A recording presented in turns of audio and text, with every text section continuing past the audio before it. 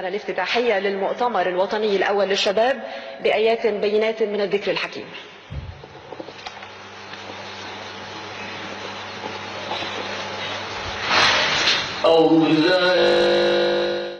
هكذا انطلق مؤتمر السيسي للشباب وسط الظلام الدامس، وفشل المنظمون بافتتاح المؤتمر بتلاوة القرآن، وذلك رغم إهدار ملايين الجنيهات في الوطن الجائع على نقل وإقامة آلاف الحضور من المنتفعين من حاشية الجنرال الذي يحاول إيهام نفسه قبل أي أحد أن الباقين من الشباب الذين قتلهم وقتل أحلامهم وألقى بهم في المعتقلات يؤيدون إجرامه.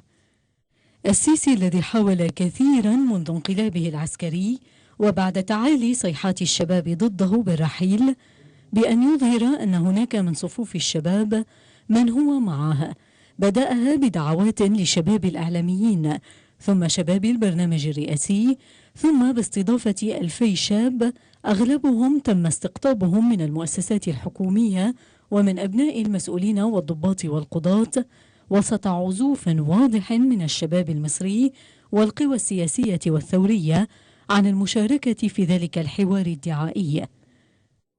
شباب مصر فين؟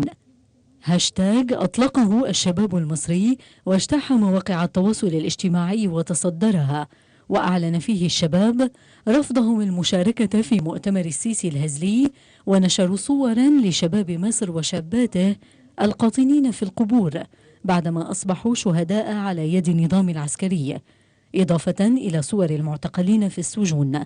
وأعلن النشطاء أن الشباب الحقيقي الذي يبحث عنه الجنرال بين القبور والسجون. مؤتمر السيسي الدعائي الذي أعلن شباب أحزاب التيار الديمقراطي وأغلب القيادات الشابة مقاطعته، واختلف الأمر مع قادة هذه الأحزاب وهم العواجيز الذين ما زالوا يدعمون السيسي، وفي مقدمتهم رفعت السعيد رئيس حزب التجمع السابق وأسامة الغزالي حرب، بالإضافة إلى نواب برلمان الجنرال، ليصبح مؤتمرا لشباب مصر المقهور.